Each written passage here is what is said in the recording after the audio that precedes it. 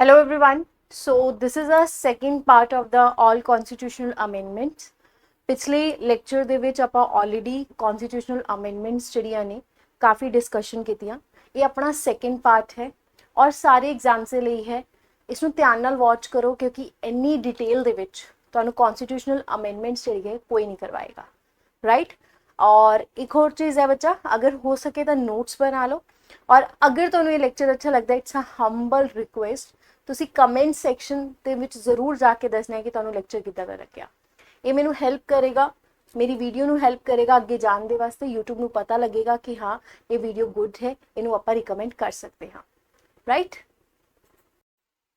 ਸੋ ਇਨ ਦਾ previous class ਆਪਾਂ ਜਿਹੜਾ ਹੈ 15th ਕਨਸਟੀਟਿਊਸ਼ਨਲ ਅਮੈਂਡਮੈਂਟਸ ਦਾ ਆਲਰੇਡੀ ਡਿਸਕਸ਼ਨ ਦੇ ਵਿੱਚ ਲੈ ਕੇ ਆ ਗਏ ਸੀ, ਜਿਹਦੇ ਵਿੱਚ ਆਪਾਂ ਇਹ ਡਿਸਕਸ਼ਨ ਕੀਤਾ ਸੀਗਾ ਕਿ ਵੀ 15th ਕਨਸਟੀਟਿਊਸ਼ਨਲ ਅਮੈਂਡਮੈਂਟ ਦੇ ਵਿੱਚ ਹਾਈ ਕੋਰਟ ਦੇ ਜਿਹੜੇ ਰਿਟ ਇਸ਼ੂ ਦੀ ਕਰਨ ਦੇ ਰਾਈਟਸ ਹੈ ਉਹਨਾਂ ਨੂੰ ਵਧਾਇਆ ਗਿਆ ਸੀਗਾ। ਜਿਵੇਂ ਹਾਈ ਕੋਰਟ ਦੇ ਕੋਲ ਇਹ ਰਾਈਟ ਸੀਗਾ ਕਿ ਉਹ ਇਸ਼ੂ ਕਰ ਸਕਦੀ ਹੈ ਰਿਟ ਕਿ ਨਾ ਕਿਸ ਪਰਸਨ ਦੇ ਉੱਤੇ ਜੋ ਦੀ ਆਊਟਸਾਈਡ ਦਾ ਜੁਰਿਸਡਿਕਸ਼ਨ ਵੀ ਹੋਈ। ਇਸ ਦੇ ਵਿੱਚ ਜਿਹੜੀ ਹੈ ਰਿਟਾਇਰਮੈਂਟ ਏਜ ਵੀ ਜਿਹੜੀ ਹੈ ਇਨਕਰੀਜ਼ ਕੀਤੀ ਗਈ ਸੀ ਹਾਈ ਕੋਰਟ ਦੇ ਜੱਜਸ ਦੀ। ਪਹਿਲੀ ਜੋ ਰਿਟਾਇਰਮੈਂਟ ਏਜ ਸੀਗੀ ਹਾਈ ਕੋਰਟ ਦੇ ਜੱਜਸ ਦੀ ਕਿੰਨੀ ਸੀ, 60 ਸੀਗੀ, ठीक है। 62 ਸੀਗੀ, 60 ਤੋਂ 62 ਜਿਹੜੀ ਹੈ ਕਰ ਦਿੱਤੀ ਸੀ। ਆਪਾਂ ਇਹ ਵੀ ਡਿਸਕਸ਼ਨ ਕੀਤਾ ਸੀਗਾ ਕਿ ਅਪਾਇੰਟਮੈਂਟ ਦੇ ਰਿਲੇਟਡ ਵੀ 15th ਕਨਸਟੀਟਿਊਸ਼ਨਲ ਅਮੈਂਡਮੈਂਟ ਦੇ ਵਿੱਚ ਚੇਂਜਸ ਕੀਤੇ ਗਏ ਸੀ। ਕੀ ਹੋਇਆ ਸੀਗਾ ਕਿ ਜਿਹੜੀ ਅਪਾਇੰਟਮੈਂਟ ਸੀਗੀ ਰਿਟਾਇਰਡ ਜੱਜ ਆਫ ਦਾ ਹਾਈ ਕੋਰਟ ਦੀ, ਉਸ ਨੂੰ ਕਿਹਾ ਗਿਆ ਸੀ ਕਿ ਹਾਈ ਕੋਰਟ ਜਿਹੜਾ ਰਿਟਾਇਰਡ ਜੱਜ ਹੈ ਉਹ ਹੁਣ ਐਕਟਿੰਗ ਜੱਜ ਵੀ ਬਣ ਸਕਦਾ ਸੀਗਾ ਸੇਮ ਕੋਰਟ ਦਾ। ਨਾਲ ਦੇ ਨਾਲ ਇਹ ਵੀ ਦੱਸਿਆ ਗਿਆ ਸੀ ਕਿ ਹਾਈ ਕੋਰਟ ਦਾ ਜਿਹੜਾ ਰਿਟਾਇਰਡ ਜੱਜ ਹੈ ਉਹ ਆਪਣੇ ਸੁਪਰੀਮ ਕੋਰਟ ਦੇ ਐਡੌਕ ਜੱਜਸ ਦੀ ਅਪਾਇੰਟਮੈਂਟ ਵੀ ਉਹਨਾਂ ਦੀ ਹੋ ਸਕਦੀ ਹੈ। ਤੇ 15th ਕਨਸਟੀਟਿਊਸ਼ਨਲ ਅਮੈਂਡਮੈਂਟ ਤੱਕ ਆਪਾਂ ਇਹ ਚੀਜ਼ ਡਿਸਕਸ ਕੀਤੀ ਸੀ। ਹੁਣ ਆਪਾਂ ਅੱਗੇ ਕੰਟੀਨਿਊ ਕਰਨ ਵਾਲੇ ਹਾਂ। ਅਗੇਨ ਬੱਚਾ this one is very very important, ਤਾਂ ਪਲੀਜ਼ ਇਸ ਨੂੰ ਜਿਹੜਾ ਹੈ ਤੁਸੀਂ ਫੋਕਸ ਹੋ ਕੇ ਸੁਣਨਾ ਹੈ ਕਿਉਂਕਿ ਕਨਸਟੀਟਿਊਸ਼ਨਲ ਅਮੈਂਡਮੈਂਟਸ ਦੇ ਬਹੁਤ ਸਾਰੇ ਜਿਹੜੇ ਕੁਐਸਚਨਸ ਹੁੰਦੇ ਆ ਐਗਜ਼ਾਮ ਦੇ ਵਿੱਚ ਆਉਂਦੇ ਹੈ, ठीक है। तो बहुत ध्यान दे नाल इसनू कवर अप करना और हो सके तो नोट्स बना लो, that's a very good thing. So अगली कॉन्स्टिट्यूशनल अमेंडमेंट के बारे डिस्कशन कर लेने।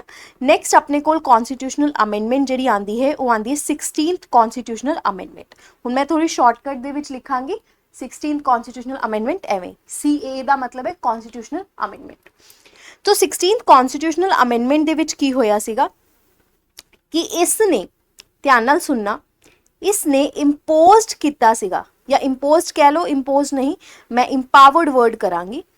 इंपावर्ड किया सीगा, इंपावर्ड का मतलब होंदा है किसी नू पावर देना, ठीक है। इंपावर्ड किया सीगा स्टेट नू, ठीक है, किस चीज़ वास्ते, टू इम्पोज फर्दर रिस्ट्रिक्शंस, ठीक है, further restrictions on the rights to freedom of speech.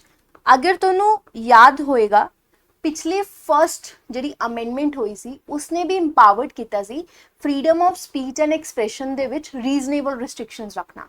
तो बिल्कुल 16th कॉन्स्टिट्यूशनल अमेंडमेंट ने भी ये चीज़ चेंजेस जड़े है की। इसने की कहा कि भाई rights of freedom of speech and expression दे विच फर्दर रिस्ट्रिक्शंस जड़ियां ने रखिया गया, ओके।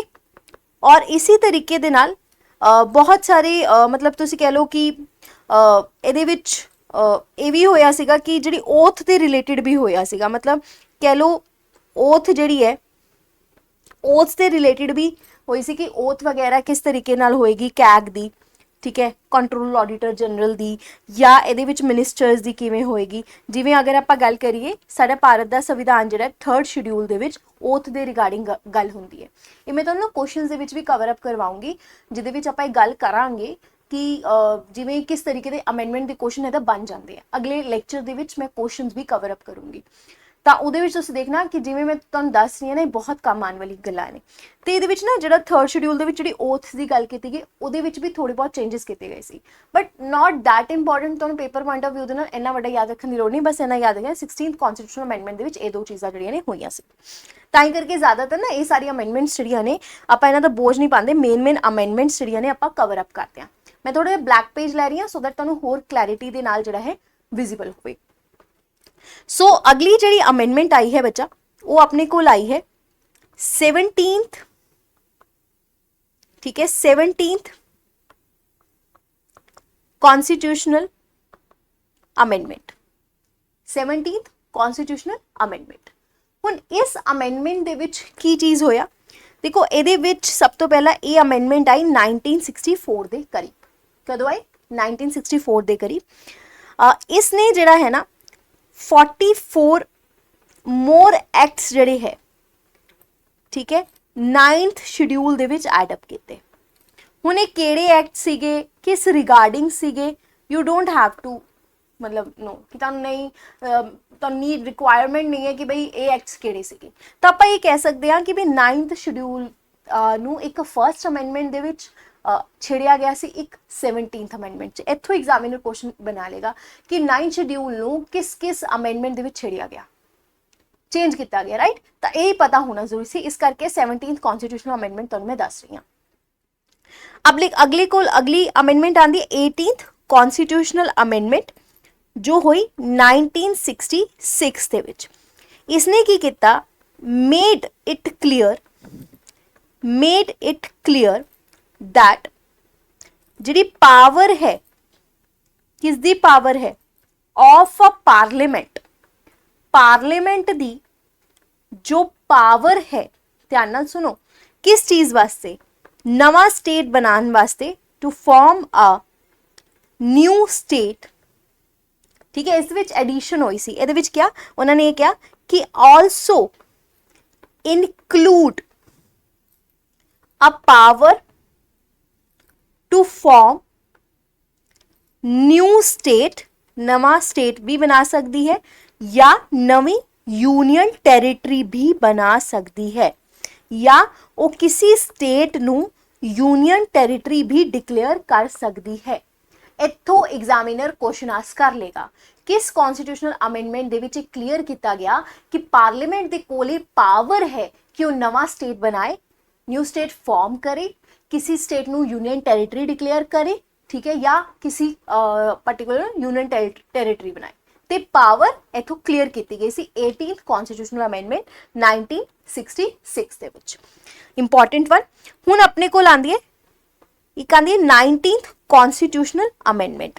19th कॉन्स्टिट्यूशनल अमेंडमेंट भी 1966 ਦੇ ਵਿੱਚ ਹੋਈ। ਧਿਆਨ ਨਾਲ ਦੇਖੋ, 17th कॉन्स्टिट्यूशनल अमेंडमेंट 1964 ਦੇ ਵਿੱਚ ਹੋਈ, 65 ਦੇ ਵਿੱਚ ਕੋਈ ਨਹੀਂ ਹੋਈ ਹੈ।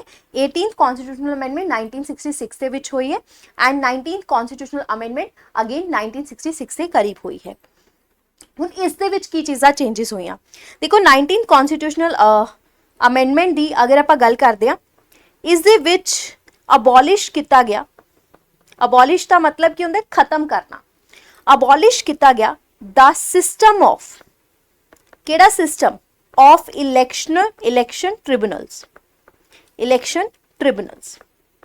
ठीक है, जिहड़े इलेक्शन ट्रिब्यूनल्स होंदे सी उन्हां नूं खत्म किया गया। और जिहड़ी इलेक्शन पिटीशनस पहले जिहड़ी इलेक्शन दे रिलेटेड पिटीशनस होंदियां सीगी ना, वो इलेक्शन ट्रिब्यूनल्स होंदे सीगे। हुण इलेक्शन दी जिन्नी भी पिटीशनस होणगियां इलेक्शनस दे रिलेटेड, वो हेयर करन दी पावर किस नूं दित्ती गई, हाई कोर्ट नूं, ठीक है। तो एग्जामिनर किस तरीके नाल क्वेश्चन आस्क करेगा कि इलेक्शन ट्रिब्यूनल्स नूं किस कॉन्स्टिट्यूशनल अमेंडमेंट दे विच खत्म किया गया, राइट। सेकेंड कि इलेक्शन जिहड़ी पिटीशनस है हेयर करन दी पावर कदों किस नूं मिली, तो हाई कोर्ट नूं इस दे विच मिली सी। हुण अगली जिहड़ी अपने कोल आंदी है नैक्सट अमेंडमेंट जिहड़ी आपां करनी है, वो आपां करनी है 20th constitutional amendment. 20th constitutional amendment जी है ये अपनी आई अगेन कदों 1966 नूं। 20th कॉन्स्टिट्यूशनल अमेंडमेंट कदों आई 1966 के करीब। हुण इसने की किया अगेन बच्चा, इसने ना डिस्ट्रिक्ट जजिस जिहड़े हुंदे सीगे ਉਹਦੇ बारे गल की सीगी, मतलब ये पॉइंट मैं तुहानूं दस देनी आ कि इसने वैलीडेट की सी सर्टेन अपॉइंटमेंट्स कि हाँ ये अपॉइंटमेंट्स जी है बिल्कुल सही है। सर्टेन अपॉइंटमेंट्स किस दे रिगार्डिंग सीगी, ये रिगार्डिंग सी डिस्ट्रिक्ट जजिस दे रिगार्डिंग। और डिस्ट्रिक्ट जजिस पूरे ऑल ओवर स्टेट्स दे नहीं सीगे, उस वक्त यूपी दे सीगे, ठीक है। क्योंकि पहला की होया सीगा कि ये वाले जिहड़े जजिस है ना, जो अपॉइंटमेंट हुई सी इन्हां नूं वॉइड डिक्लेयर किया गया सीगा, ਸੁਪਰੀਮ ਕੋਰਟ ਦੇ ਦੁਆਰਾ ਕਿ ਬਈ ਹਾਂ ਇਹ ਚੀਜ਼ ਨਹੀਂ ਹੋ ਸਕਦੀ, ਇਹ ਜੱਜਿਸ ਅਪਾਇੰਟ ਨਹੀਂ ਹੋ ਸਕਦੇ, ਤਾਂ ਇਸ ਅਮੈਂਡਮੈਂਟ ਨੇ ਉਸਨੂੰ ਸਹੀ ਕੀਤਾ ਸੀਗਾ। ਬਸ ਇਹਨਾਂ ਇਹ ਤਾਂ ਕਰਕੇ ਇਹ ਵਾਲੀ ਕਨਸਟੀਟਿਊਸ਼ਨਲ ਅਮੈਂਡਮੈਂਟ ਅਗੇਨ ਇੰਪੋਰਟੈਂਟ ਨਹੀਂ ਹੁੰਦੀ। ਮੈਂ ਤੁਹਾਨੂੰ ਦੱਸ ਜ਼ਰੂਰ ਰਹੀ ਹਾਂ ਬੱਚਾ ਜੋ ਲਿਖ ਕੇ ਕਿ ਇਹਦੇ ਵਿੱਚ ਇਹ ਚੀਜ਼ਾਂ ਹੋਈ, ਸੋ ਦੈਟ ਤੁਹਾਨੂੰ ਪਤਾ ਹੋਵੇ, ਤੁਸੀਂ ਕੌਨਫੀਡੈਂਸ ਫੀਲ ਕਰੋ ਕਿ ਹਾਂ ਤੁਸੀਂ ਸਾਰੀ ਕਨਸਟੀਟਿਊਸ਼ਨਲ ਅਮੈਂਡਮੈਂਟ ਦੇ ਬਾਰੇ ਪੜ੍ਹਿਆ ਹੈ। ਬਟ ਜਿਹੜੀ ਇੰਪੋਰਟੈਂਟ ਹੈ I will let you know, last ਦੇ ਵਿੱਚ ਆਪਾਂ ਕੁਐਸਚਨ ਵੀ ਕਰਾਂਗੇ, ਤੁਹਾਨੂੰ ਆਪਣੇ ਆਪ ਪਤਾ ਲੱਗ ਜਾਏਗਾ ਕਿ ਯਾਰ ਅੱਛਾ ਇਹ ਸਾਰੀ ਜਿਹੜੀ ਕਨਸਟੀਟਿਊਸ਼ਨਲ ਅਮੈਂਡਮੈਂਟ ਜੋ ਆਪਾਂ ਮੇਨ ਪੜ੍ਹਦੇ ਹਾਂ, ਆਪਾਂ ਇਸ ਕਰਕੇ ਪੜ੍ਹਦੇ ਹਾਂ, ਬਾਕੀ ਕਿਉਂ ਨਹੀਂ ਪੜ੍ਹਦੇ। ਨੈਕਸਟ ਆਪਣੇ ਕੋਲ ਆਉਂਦੀ ਹੈ ਬੱਚਾ 21st ਕਨਸਟੀਟਿਊਸ਼ਨਲ ਅਮੈਂਡਮੈਂਟ। ਹੁਣ ਅਗੇ 21st ਦੀ ਗੱਲ ਕਰੀਏ, ਇਹ ਬਹੁਤ ਇੰਪੋਰਟੈਂਟ ਹੈ।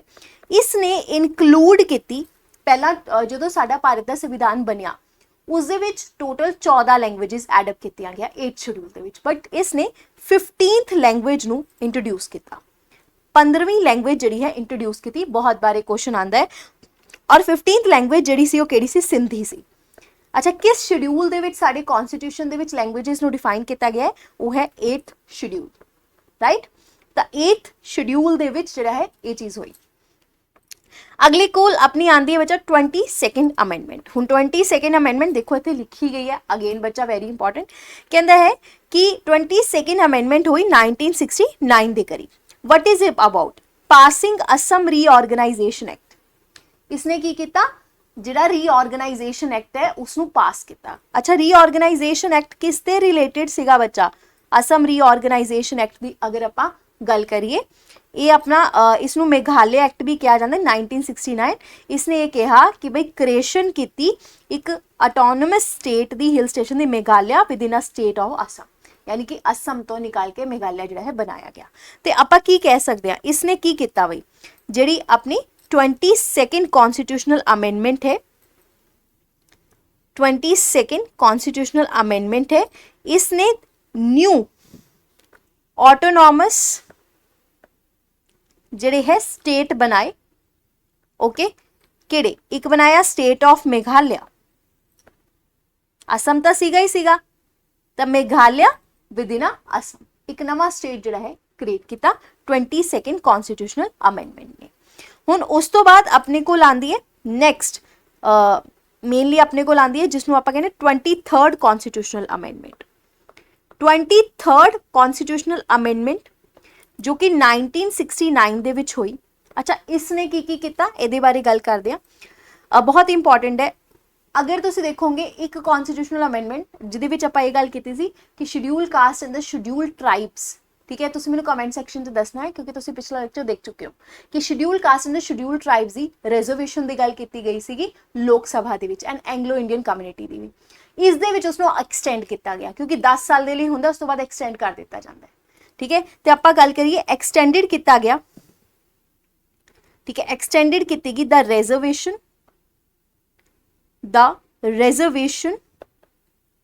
of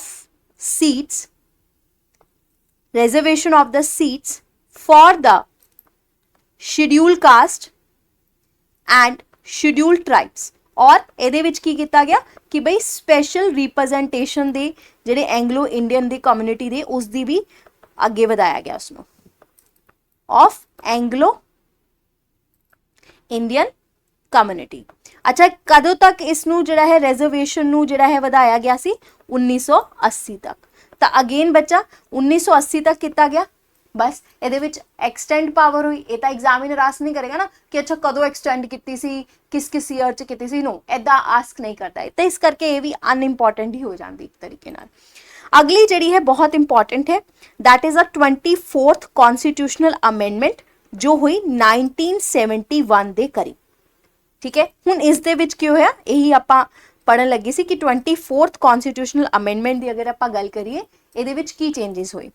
ਕਹਿੰਦਾ ਹੈ ਕਿ ਵਟ ਇਜ਼ ਅਬਾਊਟ, ਕਹਿੰਦਾ ਇਹਨੇ ਅਮੈਂਡ ਕੀਤਾ article number 13 and 368 with the view removing all the possible doubts regarding the power to amend the constitution and this acts overrules the verdict given in the Golka Nath case।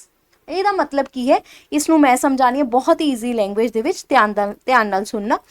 ਤਾਂ ਦੇਖੋ 24th constitutional amendment act ਦੀ ਅਗਰ ਗੱਲ ਕਰੀਏ ਜੋ 1971 ਦੇ ਵਿੱਚ ਹੋਈ, ਪਹਿਲੀ ਗੱਲ ਓਕੇ, ਇਸ ਦੇ ਵਿੱਚ ਕੀ ਕੀਤਾ ਗਿਆ ਕਿ ਬਈ ਪਾਵਰ ਦਿੱਤੀ ਗਈ ਕਿਸ ਨੂੰ, power of parliament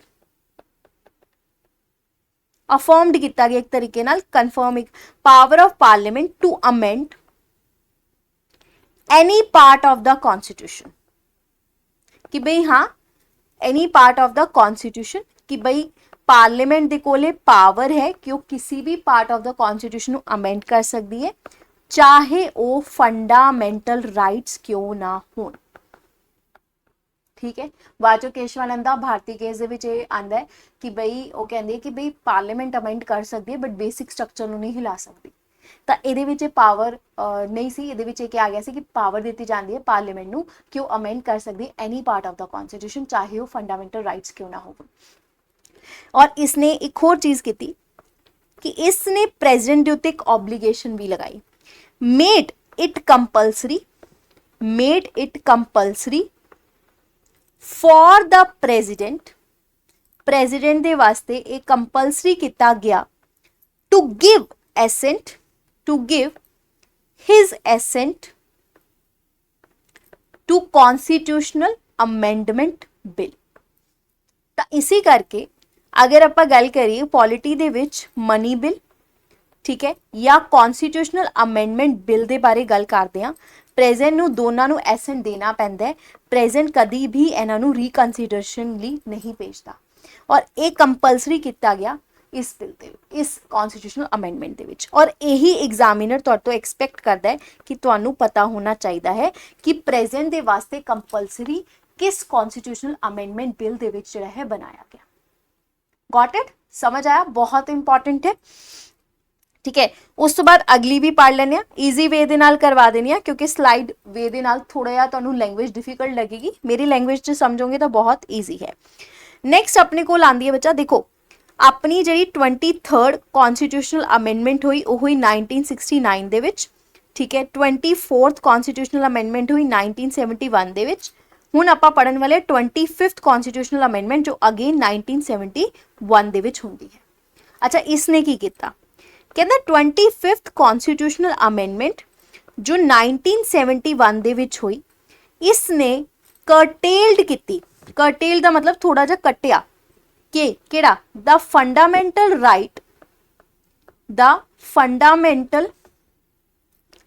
right to property. खत्म नहीं किया, रिमूव नहीं किया, हल्का जा इसकी जी शायद पावर्स होंगे घटाइया होंगे। इसने की कहा, एक होर चीज की प्रोवाइडेड किया दैट एनी लॉ, कोई भी लॉ जिहड़ा बनता है made to give effect to directive principles content in article, किहड़े आर्टिकल 39B ते 39C can not be challenged.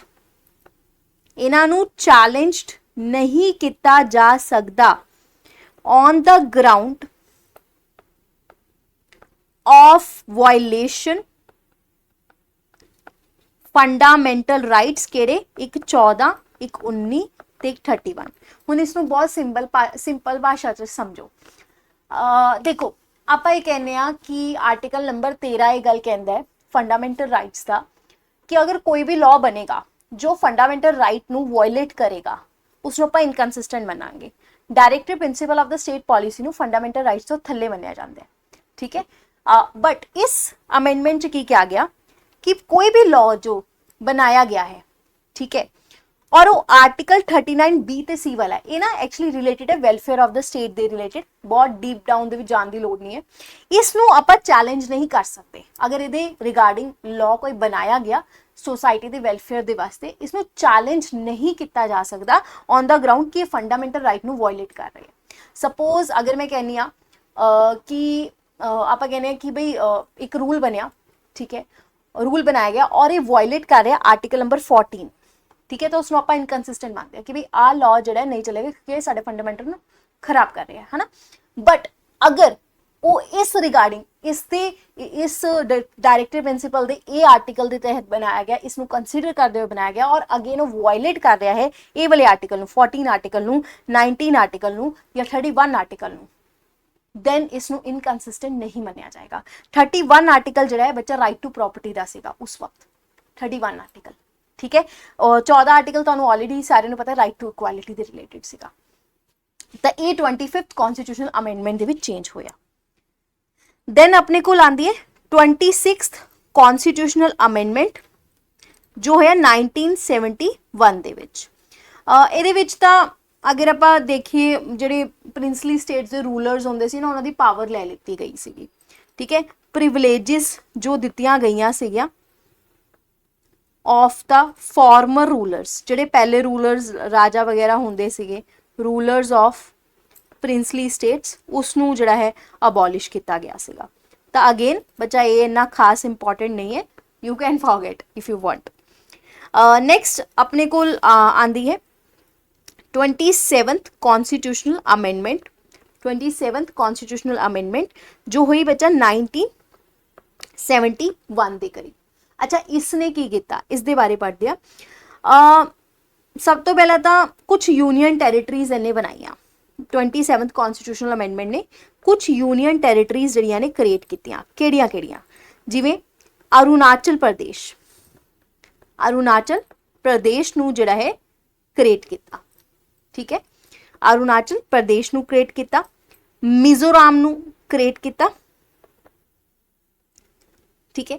ਔਰ ਉਸ ਤੋਂ ਬਾਅਦ ਇਹਦੇ ਵਿੱਚ ਇੱਕ ਹੋਰ ਚੀਜ਼ ਕੀਤੀ ਗਈ ਸੀਗੀ, ਪਾਰਲੀਮੈਂਟ ਨੂੰ ਇਹ ਪਾਵਰ ਦਿੱਤੀ ਗਈ, ਪਾਰਲੀਮੈਂਟ ਨੂੰ ਇਹ ਆਥੋਰਾਈਜ਼ ਕੀਤਾ ਗਿਆ ਕਿ ਉਹ ਕ੍ਰੀਏਟ ਕਰ ਸਕੇ ਲੈਜਿਸਲੇਟਿਵ ਅਸੈਂਬਲੀ, ਲੈਜਿਸਲੇਟਿਵ, ਠੀਕ ਹੈ, assembly and council of minister ਨਵੇਂ ਸਟੇਟ ਦੇ ਵਾਸਤੇ। ਉਹ ਸਟੇਟ ਸੀਗਾ ਮਨੀਪੁਰ। ਤਾਂ ਐਗਜ਼ਾਮੀਨਰ ਇੱਥੋਂ ਆਸ ਕਰ ਲੇਗਾ ਕਿ ਬਈ ਪਾਰਲੀਮੈਂਟ ਨੂੰ ਇਹ ਪਾਵਰ ਕਦੋਂ ਮਿਲੀ ਸੀਗੀ legislative assembly and council of minister create ਕਰਨ ਦੀ ਮਨੀਪੁਰ ਦੇ ਵਾਸਤੇ। ਤਾਂ ਇਹ ਮਿਲੀ ਸੀ 27th constitutional amendment 1971। Very very important, okay, बहुत इंपॉर्टेंट है, बस इन्ना याद रख लेना। उस तो बाद अपने कोल आई 28th कॉन्स्टिट्यूशनल अमेंडमेंट जो हुई 1972 दे करी। इसने की किता, इसने बच्चा अबॉलिश्ड किता the special privileges. Special privileges का मतलब की हुंदा कि कोई स्पैशल उन्होंने छूट दी गई है। Special privileges of ICS officer, ICS officer, Indian civil services वाले ऑफिसर्स दी, ठीक है। और ਇਹਦੇ ਵਿੱਚ ਇਹ ਗੱਲ ਕਹੀ ਗਈ ਕਿ ਪਾਰਲੀਮੈਂਟ ਨੂੰ ਇਹ ਪਾਵਰ ਦਿੱਤੀ ਗਈ, ਪਾਰਲੀਮੈਂਟ ਨੂੰ ਇਹ ਪਾਵਰ ਦਿੱਤੀ ਗਈ to determine their service condition, their service conditions, ठीक है, कि ਉਹਨਾਂ ਦੀ ਜਿਹੜੀ ਸਰਵਿਸ ਕੰਡੀਸ਼ਨਸ ਹੈ ਉਹ ਕੀ ਹੋਣਗੀਆਂ। ਤਾਂ ਆਪਾਂ ਦੇਖੋ ਆਪਾਂ ਸਟਾਰਟ ਹੋਈ ਸੀਗੇ ਇੱਥੋਂ 17th constitutional amendment. 17th constitutional amendment ਨੇ ਕੀ ਕੀਤਾ, 44 ਮੋਰ ਐਕਟਸ ਜਿਹੜੇ ਹੈ 9th ਸ਼ਡਿਊਲ ਦੇ ਵਿੱਚ ਐਡ ਅਪ ਕੀਤੇ। ਆਈ ਥਿੰਕ ਆਪਾਂ ਇੱਥੋਂ ਸਟਾਰਟ ਹੋਏ ਨੇ 16th constitutional amendment. And empowered ਕੀਤਾ ਸਟੇਟ ਨੂੰ to impose a further restrictions ਕਿਹਦੇ ਉੱਪਰ, rights of freedom of speech and expression, ਉਸ ਦੇ ਰਿਲੇਟਡ ਇਹਦੇ ਵਿੱਚ ਅਮੈਂਡਮੈਂਟ ਕੀਤੀ ਗਈ। 17th ਕਨਸਟੀਟਿਊਸ਼ਨਲ ਅਮੈਂਡਮੈਂਟ 1964 ਦੇ ਵਿੱਚ ਹੋਈ। 44 ਮੋਰ ਐਕਟਸ ਜਿਹੜੇ 9th ਸ਼ਡਿਊਲ ਦੇ ਵਿੱਚ ਐਡ ਅਪ ਕੀਤੇ ਗਏ। 18th ਕਨਸਟੀਟਿਊਸ਼ਨਲ ਅਮੈਂਡਮੈਂਟ ਜੋ ਕਿ 1966 ਦੇ ਵਿੱਚ ਹੋਈ, ਇਸਨੇ ਕਲੀਅਰ ਕੀਤਾ that power of a parliament ਕਿ ਉਹ ਨਵਾਂ ਸਟੇਟ ਬਣਾ ਸਕਦੀ ਹੈ, ਆਲਸੋ ਕਿਸੇ ਵੀ ਸਟੇਟ ਨੂੰ ਜਿਹੜਾ ਹੈ ਯੂਨੀਅਨ ਟੈਰੀਟਰੀ ਡਿਕਲੇਅਰ ਕਰ ਸਕਦੀ, ਇਹ ਸਾਰੀ ਚੀਜ਼ਾਂ ਕਰ ਸਕਦੀ ਹੈ। 19th ਕਨਸਟੀਟਿਊਸ਼ਨਲ ਅਮੈਂਡਮੈਂਟ ਜੋ ਕਿ 1966 ਦੇ ਵਿੱਚ ਹੋਈ, ਇਸਨੇ ਅਬੋਲਿਸ਼ ਕੀਤਾ ਸਿਸਟਮ ਆਫ ਇਲੈਕਸ਼ਨ ਟ੍ਰਿਬਿਊਨਲਸ। ਔਰ ਪਹਿਲੇ ਇਲੈਕਸ਼ਨ ਟ੍ਰਿਬਿਊਨਲਸ ਦੇ ਇਲੈਕਸ਼ਨ ਦੀ ਪਟੀਸ਼ਨਸ ਦੇਖਦੇ ਸੀ, ਹੁਣ ਹਾਈ ਕੋਰਟ ਜਿਹੜਾ ਹੈ ਦੇਖੇਗਾ। 20th ਕਨਸਟੀਟਿਊਸ਼ਨਲ ਅਮੈਂਡਮੈਂਟ ਅਗੇਨ 1966 ਦੇ ਵਿੱਚ ਹੋਈ, ਇਸਨੇ ਵੈਲੀਡੇਟ ਕੀਤੀ ਕਿ ਸਰਟਨ ਅਪਾਇੰਟਮੈਂਟ ਜਿਹੜੇ ਡਿਸਟ੍ਰਿਕਟ ਜਜਿਸ ਦੀ यूपी ਦੇ ਵਿੱਚ ਜਿਸਨੇ ਸੁਪਰੀਮ ਕੋਰਟ ਨੇ ਜਿਸ ਨੂੰ ਇਨਵੈਲੀਡੇਟ वो डिक्लेयर कर देता सी, उसनू वैलिडेट किया। 21st कॉन्स्टिट्यूशनल अमेंडमेंट हुई। और देखो बच्चा 21st कॉन्स्टिट्यूशनल अमेंडमेंट जिहड़ी है हुई कदों सी 1967 दे करीब। ठीक है। अच्छा इसने की किया, इसने इंक्लूड किया 15th लैंग्वेज ਨੂੰ ਸਿੰਧੀ लैंग्वेज ਨੂੰ 8th ਸ਼ਡਿਊਲ ਦੇ ਵਿੱਚ। देन अपने को हुई 22nd कॉन्स्टिट्यूशनल अमेंडमेंट, इसने नवा स्टेट जो है डिक्लेयर किया मेघालय, और 22nd कॉन्स्टिट्यूशनल अमेंडमेंट भी 1969 के करीब हुई। 23rd कॉन्स्टिट्यूशनल अमेंडमेंट इसने की किया, रिजर्वेशन ऑफ सीट्स की जी एक्सटेंड किया कि भी हुण अगे 10 साल तक फिर रहेगा, कद तक 1980 तक, किहड़े special representation of the schedule caste and the schedule tribe. Then अपने को होया 24th कॉन्स्टिट्यूशनल अमेंडमेंट, इस दे विच पावर ऑफ द पार्लीमेंट कि वो अमेंड कर सकती है कॉन्स्टिट्यूशन को इंक्लूडिंग द फंडामेंटल राइट, और ये भी कहा गया कि भाई कंपलसरी किया गया कि भाई जी कॉन्स्टिट्यूशनल अमेंडमेंट भी बिल होएगा, ठीक है, इस प्रेजेंट को एसन देना ही पेगा। देन 25th कॉन्स्टिट्यूशनल अमेंडमेंट हुई, इस दे विच कर्टेल किया गया फंडामेंटल राइट टू प्रॉपर्टी, और ये कहा गया कि कोई भी लॉ जो है जो effect directive principle of the state policy the 39B या C के आर्टिकल के तहत बनेगा, उसको चैलेंज नहीं किया जाएगा कि अगर वो चाहे वायलेट कर रहे होंगे आर्टिकल नंबर 14 ਨੂੰ भी और चाहे 19 ਨੂੰ भी। 26 कॉन्स्टिट्यूशनल अमेंडमेंट ਦੇ ਵਿੱਚ कह लो कि ਜਿਹੜੀ प्रिविलेजेस ਸੀਗੀਆਂ जो ਤੁਹਾਡੇ फॉर्मर स्टेट्स के प्रिंसली स्टेट्स के ਜਿਹੜੇ राजा वगैरह से उन्होंने ਦਿੱਤੀ ਜਾਂਦੀ ਸੀ, ਉਹਨੂੰ खत्म किया गया। 27th कॉन्स्टिट्यूशनल अमेंडमेंट की अगर गल की जाए, इस दे विच अरुणाचल प्रदेश एंड मिजोरम जिहड़े है क्रिएट किए गए। पार्लीमेंट असैंबली नूं ये पावर दी गई कि लैजिस्लेटिव असैंबली या council of the states of minister जिहड़े है मणिपुर दे वास्ते बनाए। 28th कॉन्स्टिट्यूशनल अमेंडमेंट विच 1972 दे विच आपां ये पढ़िया कि इहदे विच अबॉलिश किया गया privileges of the ICS officers and parliament मतलब पार्लीमेंट नूं ये पावर दी गई कि वो डिटरमाइन कर सकते उन्हां दी सर्विस एंड कंडीशनस। तो हजे तक आप 28th कॉन्स्टिट्यूशनल अमेंडमेंट तक डिस्कस कर लिया है, ठीक है। In the next upcoming class मैं आगे करवाऊंगी, और अगली क्लास दे विच मेरी पूरी कोशिश रहेगी कि जिदा ही आप कॉन्स्टिट्यूशनल अमेंडमेंट जड़ियां ने करिए, नाल आपां फिर क्वेश्चंस भी डिस्कस करांगे, एंड जिहड़े क्वेश्चंस होणगे ना बच्चा वो स्टेटमेंट वाइज होंगे, ओके, सो दैट तुहानूं समझ आवे कि किवें किवें कॉन्स्टिट्यूशनल अमेंडमेंट जड़ियां ने होंदियां ने। So I hope you like the lecture. Thank you very much guys, have a great day, and comment जरूर करके जाइयो कि तुहानूं लेक्चर कितना लग्या।